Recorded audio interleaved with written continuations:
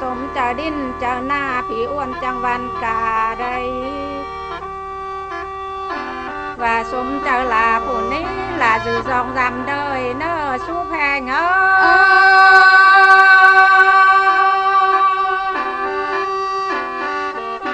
ว่าเพิ่งเจ้าอ้วนจังค่อยสื่อเรื่องรำน้องผู้หนังทางนี้จิมั่งต่อสาวมึงแม่ผีแพงสู้แพง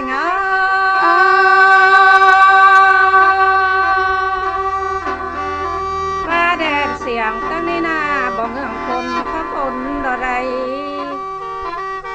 เบื่อดังมนบ่เงืองวินเขาวินเนอ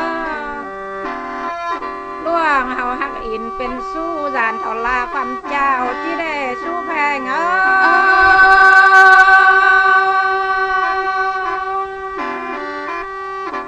ล่วงสองเฮาแข่งกันจานทอลาลืมความแห้น12เดียวไม่เตือกอย่าเหามันติวเนอสู้แพง12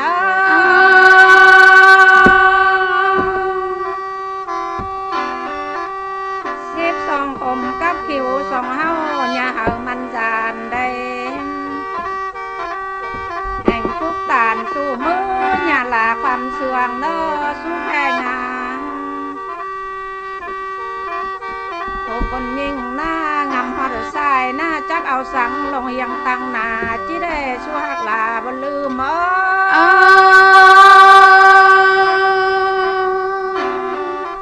งำฮอลามิงสู้หน้าจักเอาสังได้ลงยังตังตาจินาโอ้ยน้องจิตาเลือดบอกเนอสู้แพงเลือกบอกแล้วน้องลาจิปิดบอกมนนะสู้แพง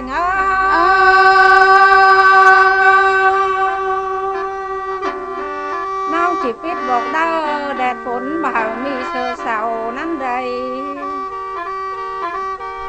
ยิ่งน่าจิเลือกบอกหันเถ่าตายแล้วฟ้าบ่าวลาความเสื่องเนอสู้หักลาบลืม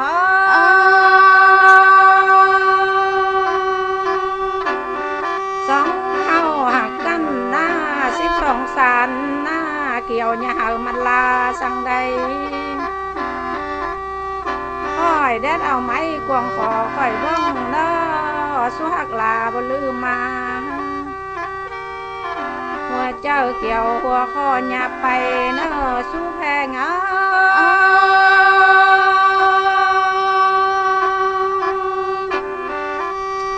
ลาวังสวยจีซิววังฟ้าตอนนี้ยิ่งวางสาย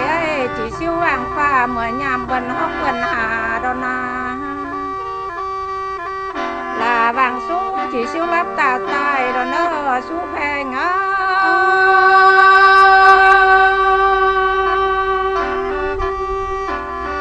สู้ตัวกว่ามกค่อยแบ่งซองเนอหัวเจ้าเกี่ยวข้อค่อยแบ่งตาลได้ข่อยหักเอายิงเนอถอคุยน้ำควันก็ได้ดอนเนอสู้แพงอ้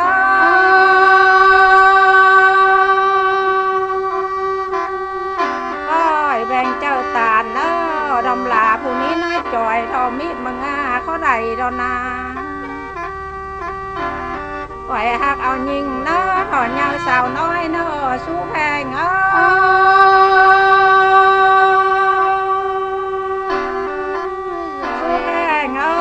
ข่อยแบ่งเจ้าตานี้ดอมลาผู้นี้น้อยจ่อยทอมินมางาเจียมเขาเอิญดอนาสู้แพง10 คนบ่มีเผาแปลกหนามึงก็ได้แน่15 คนนั้นบ่มีเผาแปลกหม้อแปลกโตก็ได้เนอสู้หักลาบ่ลืม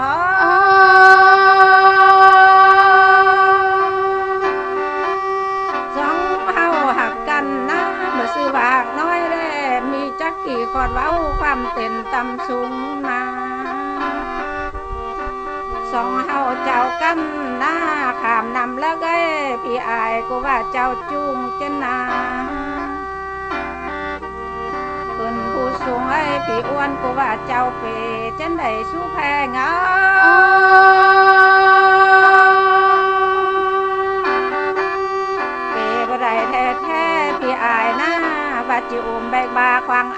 จ้นนาสองเฮาเจ้ากันนะกว่าเมื่อใส่ปงยอดหักวางว่าจะได้สู้แพง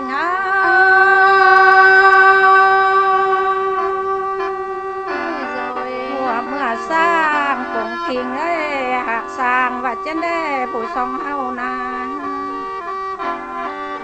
เสอนี่นะใส่ปงยอดแล้วได้สิบสู้สาวสู้แล้วฮอดเซอเฮาวางแล้วเนอผีแพง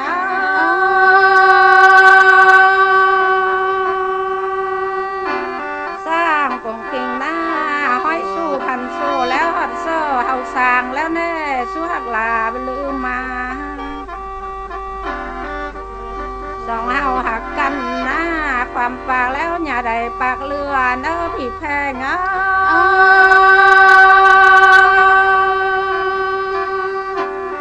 ความเลือกกันอย่าได้เรือล้าเน่ว่าพี่มึงปากแบวว่าล้าผู้น้องลาบ่เจ้ากระแน่สู้แพงโอ้ยตึงนั้นแท้ล่ะว่าแล้วพี่อ้วนกูหลับปังมัดเนอตัดลาสินแท้ว่าแท้เนอพี่แพง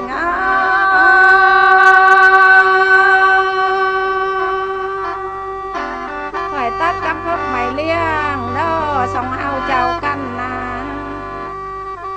ตัดกับเคียงไม่หลีได้ตาดอมเกี่ยวมิงสู้บ่มีที่ดาวส่งสักอายนั่นเนอสู้แพง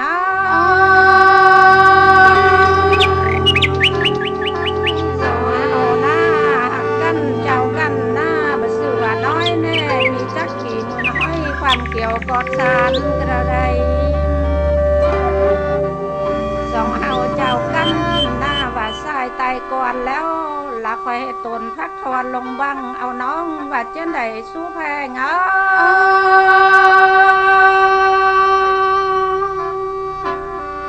คอยให้ตนพักบังลงเกี่ยวเอายิ่งเด้อคอยให้ตนพักเสียวมาปงหน้าต่างเฮินยิ่งว่าเจ้านาว่ายิ่งเจ้าสายหน้า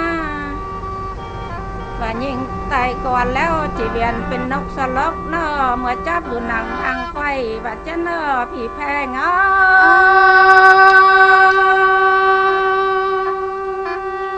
น้องจีเวียนเป็นนกสไลแน่เมื่อจับไตดูหนังหัวได้ว่าจะนาผู้คนยิ่งหน้าจีเวียนเป็นแมงแกงคำเมื่อจับหน้าเสือมึงเนอสู้แพง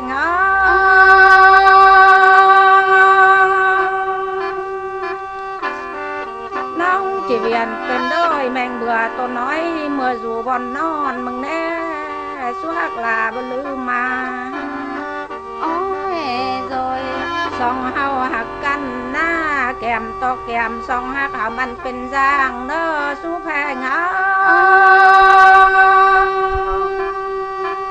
สองเฮาแพงกันหน้าข้ามต่อข้างสองแพงเฮามันเป็นเนื้อแน่ผู้สองเฮานางไว้เอาเสือพื้นมาลงบิงเนอสวกลาบ่ลืมมายิ่งแก่งซ้ายคอยนำเนียก่อนพันเห็ดสู้เนอสู้แพงเ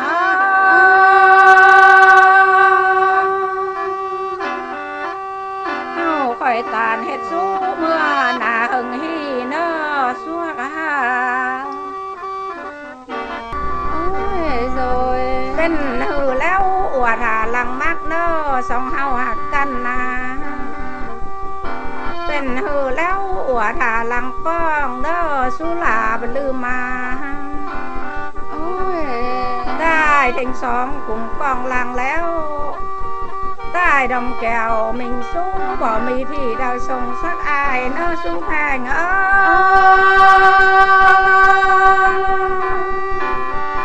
สองเฮาหักกันหน้าเป็นหืออวดหาลังมักใดเป็นหือแล้วอวดหาลังป้องเด้อได้เทงสองเสียงดาวเขาลูนางอัวเขามาบทสมตายกว่าหนวดนัวหามสีข้านแขวจังแม่ลังเจ้าผู้ทรงเฮาเน่สู้แพง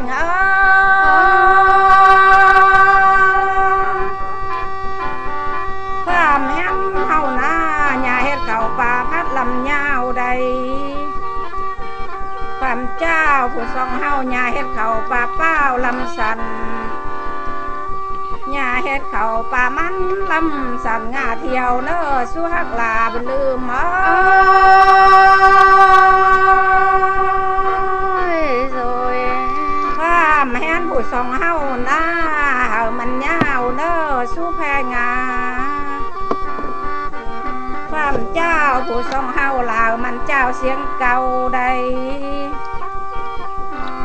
ก้อยจือหนังขอดเว้าเฮาว่าสักกันเด้อสู้แพง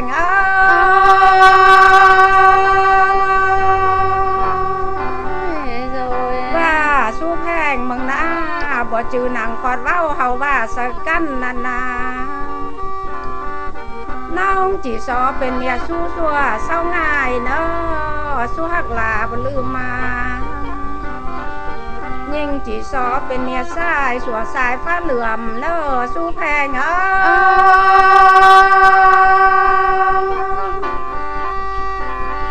ว่าบุคคลยิ่งนี่นาได้เป็นเมียสู้ซัวเศร้าง่ายนี่นาตายเขาคงดิ้นผู้คนยิ่งยังจิตื่นมาเยือนแน่สู้หักลาบ่ลืมมาโอ้ยว่าน้องนี่นาได้เป็นเมียสายสัวสายฟ้าเหลื่อมนี่นาตายเขาเพื่อนน้องลาจิตื่นดาแรงเนอสู้แพง